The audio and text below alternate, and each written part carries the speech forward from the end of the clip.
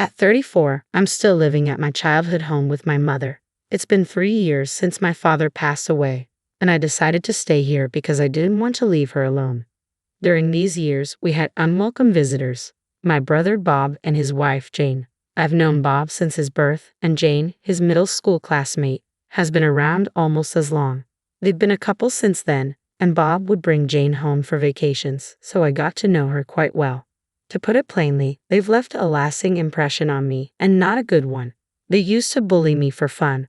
Our parents, both busy with their careers, were often away on weekends, and that's when Bob and Jane's torment would peak. We lived in a large mansion built by my father, a CEO. During those unsupervised times, Bob and Jane would trick me into playing hide and seek, only to trap me in a closet. They would cram it with stuff, making it impossible for me to get out. I'd be stuck there until just before our parents came home, and then I'd be punished for the mess in the closet. One day, my mother came home early and caught Bob and Jane in the act. She was furious, and after that, I was never locked in the closet again. However, the harassment didn't stop. I resented my parents for their absence and felt a deep-seated anger towards Bob and Jane. But as I grew older, my resentment also extended to my parents for not stepping in sooner. By middle school, their cruelty escalated. Bob and Jane shredded my school uniform, defaced nearly all my textbooks, and destroyed my cushions and bedding. Their relentless torment was a painful reminder of how little support I had received growing up. Later, I discovered that Bob and Jane, who were high school students at the time, had performed poorly on their final exams and had been scolded by their parents. It seemed that their anger and frustration had fueled their cruel revenge on me. I was left stunned in my devastated room, overwhelmed with questions. Why was I enduring this? Why was no one coming to my aid? I stood there, lost in these thoughts, until my mother came to call me for dinner. When she saw the state of my room, she screamed in horror. My father rushed in as well. Bob, the last to arrive, struggled to contain his laughter, occasionally letting out a chuckle. Confronted by my shocked parents, I cried out, "Mom, Dad, I want to leave this house." Tears streamed down my face as I continued, "No one is helping me. Bob and Jane are always so mean. My toys, my study materials, my clothes, they're all ruined. I don't want to live like this anymore. I hate both of you. You're not helping me." It was the first time I had cried so openly in front of my family. Until that moment, I had silently endured and wept quietly in my struggles. But now, I sobbed loudly like a child. Seeing my distress, my mother hugged me tightly, apologizing for everything that had happened. Even Bob, witnessing the severity of the situation, appeared to understand the gravity and tried to leave. But my father stopped him by grabbing him by the collar. "Do you realize what you've done? This is criminal," my father said, his voice low but filled with intensity. Bob protested, "Oh, come on, it's just an exaggeration. We were only playing around." "Destruction of property is a crime," my father retorted. "You understand you need to make amends, right?" "But Catherine is family," Bob argued weakly. Bob's attempt to downplay his actions with, "I'm a minor. Minors can't be criminals, right?" was met with a deep sigh from my father. "Yes, a minor like you might not be able to pay for the damage," my father said, "but it's up to the parents to address the consequences. If you can't make amends, we will have to. We also bear responsibility for raising you this way. I think it's time for you to go live with your uncle." My uncle, my father's younger brother, was a stern figure who had a reputation for disliking dishonesty. He was feared by the neighborhood kids, almost like a boogeyman. He was kind to well-behaved children, including me, but had no patience for troublemakers like Bob and Jane. Bob, of course, was terrified of the idea. "No way. I don't want to live with Uncle. I promise I won't do this again." My father's voice was resolute. "You've made that promise before. When you and Jane locked Catherine in the closet, chased her around, and threw bugs at her knowing she's afraid of them, each time you promised to change. But you never did." He continued, "We cannot keep someone who hurts our family, even if they are family. Never set foot in this house again." With that, my father grabbed Bob by the scruff of his neck and dragged him out. Later, I learned that my parents had been deeply upset by Bob's behavior. Despite their scolding, Bob still didn't seem to grasp why he was being punished. Bob continued his annoying antics against me, and I began to think he was beyond help. It seemed there were people in the world who couldn't grasp even the basic rules of society, and Bob and Jane were prime examples. Initially, Bob had planned to attend university on our father's dime after finishing high school. But my father told him that someone like Bob would likely end up causing trouble even in university. As a result, Bob ended up working at our uncle's company right after graduation. It became clear that Bob was desperate to escape our uncle's rigid environment. Shortly after high school, he and Jane, who had also just graduated, rented an apartment together. They began their new life with the understanding that neither their parents nor their uncle would help with rent or living expenses. Soon after moving out, Bob asked me to lend him some money. At the time, I had just started high school and wasn't working part-time. The money I had saved up, which Bob had previously stolen when he lived at home, had been fully reimbursed by my parents as I had documented everything meticulously in a notebook. Although I had the money, I had no intention of giving it to him. I told Bob, "Aren't you ashamed to ask your high school-aged sister for money? I'm not even working, so I don't have any extra funds. There's no way I'm giving you any."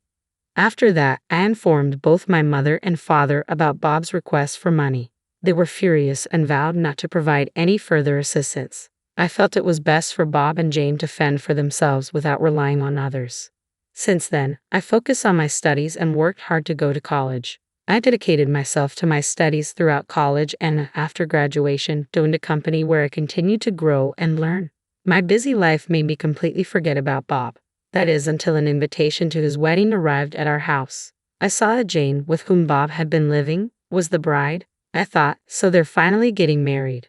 My parents and I discussed whether we should attend the wedding of a family member. However, just a few days before the wedding, my father collapsed and was rushed to the hospital. He had always been fragile, but this was the first time he had collapsed so severely.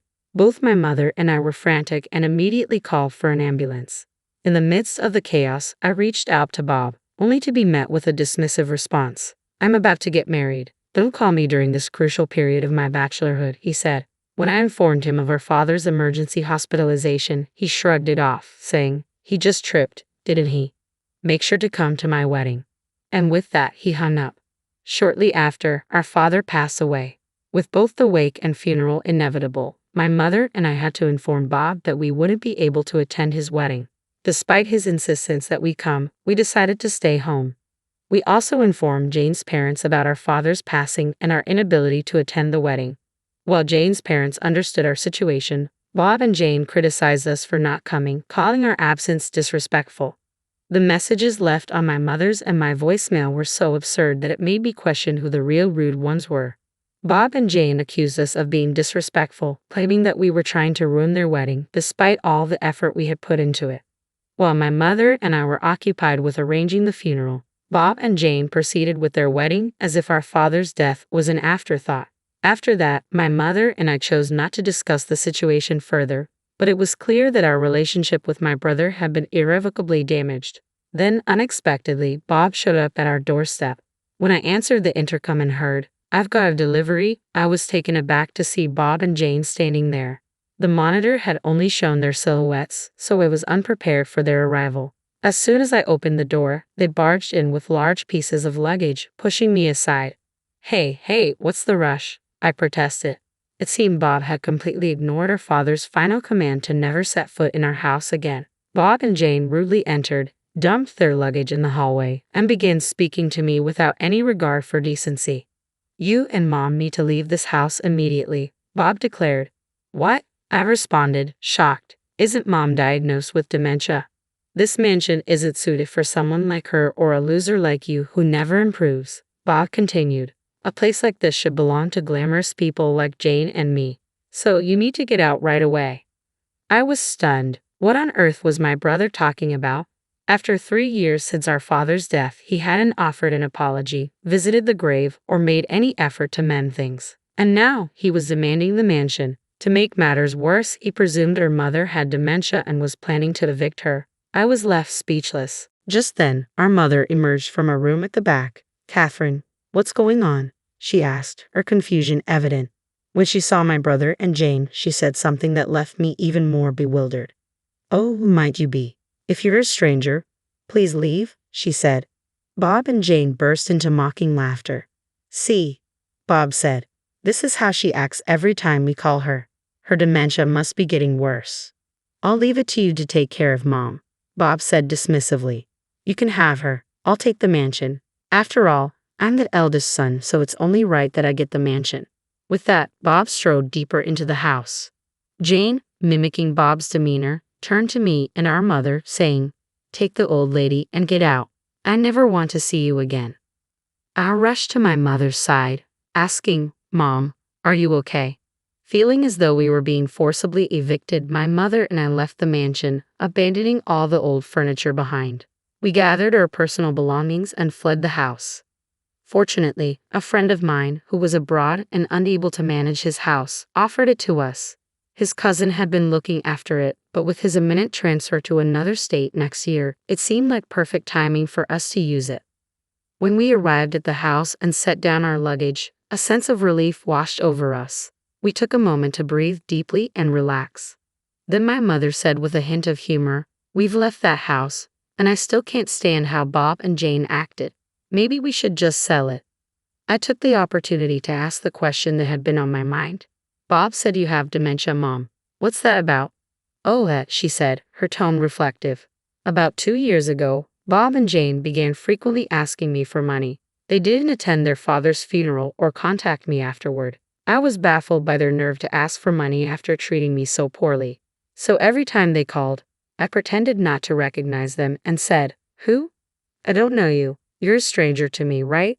It seemed Bob and Jane misunderstood my mother's indifference. They interpreted her treatment of them as forgetting who they were, assuming she genuinely had dementia because she no longer wanted anything to do with them. Regardless, I felt it was wrong to evict someone you believe has dementia. My mother quickly decided to move forward with selling the mansion. We had discussed selling the large mansion ever since our father passed away, and we were left living there alone. At that time, one of the executives from my father's company, where I am currently undergoing training as a successor, had expressed interest in buying the mansion if we decided to sell. So the buyer was essentially confirmed. We just needed to handle the formalities. When I spoke with a real estate acquaintance and explained the situation to the executive, they agreed that if we left Bob and Jane alone, the house could fall into serious disrepair. Something needed to be done quickly. A week later, my smartphone rang incessantly, and my mother's phone was also blowing up. There were numerous calls from Bob to my mother's phone and from Jane to mine. They probably wanted to discuss the same issue, but we found their attempts amusing and chose to ignore them for a while. We enjoyed our tea and chatted, letting an hour pass without noticing. It seemed Bob and Jane had been trying to reach us the entire time. When I finally answered the call, Jane exclaimed, "Finally, why didn't you pick up sooner? There's a huge problem. The house has been taken over." "Wait a minute," I said. "Didn't you two take over the house? I think we're the ones who should be saying we've been taken over." "No," Jane said, sounding panicked. "Bob and I took over the mansion, but now strangers have come and are demanding we leave. They've barged in and are trying to kick us out. Our mansion has been taken over." I couldn't help but burst out laughing. I was tempted to tell her that they were the ones who had unlawfully occupied the house in the first place. Chuckling, I replied, "You're talking about being taken over, but you're not even the legal owners. My mother, the rightful owner, sold the house to someone else. So the strangers you're talking about are the new owners, and you need to move out." "What?" "She sold it. But this mansion belongs to Bob." Jane was in shock. "When did anyone say that?" "Well, no one explicitly said it," I answered, "but Bob is the eldest son. Isn't it assumed that this house, along with the property and the company, would eventually be his? And that Jane would live elegantly as the CEO's wife in this mansion?" Despite everything, Jane was frantic and struggled to grasp the situation. I burst out laughing again. The fact that Jane thought Bob would automatically inherit the mansion and become the CEO of the company just because he was the eldest son was astonishing. Such naive thinking. Given Jane's firm belief, Bob likely shared the same misguided expectations about inheriting both the mansion and the company, despite no one ever promising him either. I laughed again at her absurd assumptions. "Bob as a CEO? You as the CEO's wife? How could you even entertain such fantasies? You're both still low-level employees at the company where you first started without any plans or education to succeed in the business." Jane was clearly taken aback by my words. Stunned, she retorted, "In that case, I'll just inherit the company from Uncle." I laughed even harder.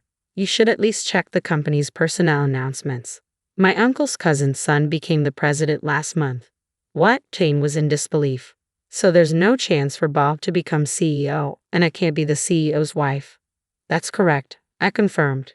Can I hang up now? I don't think I need to talk to strangers anymore. Wait, please, Catherine, give us some money, Jane pleaded. Well, goodbye then, I said, ending the call. Later, I heard from my uncle about what happened next. Bob and Jane refused to leave the mansion, clinging to the pillars and stubbornly refusing to go. My uncle had to come and pick them up himself. It seems their strict training at my uncle's company had scared them so much that they cried when he took them away. They were placed at a mountain retreat owned by one of my uncle's acquaintances because they proved too unpredictable to be left on their own. My uncle warned them that if they didn't improve at the retreat, they might never leave the mountain. Despite this warning, they attempted to escape multiple times but were caught each time. As for me, the person handling the house management is my fiancé, who is currently working abroad. I'm living in his parents' house while he completes his long-term assignment. He plans to end his assignment this year and will soon be planning our wedding.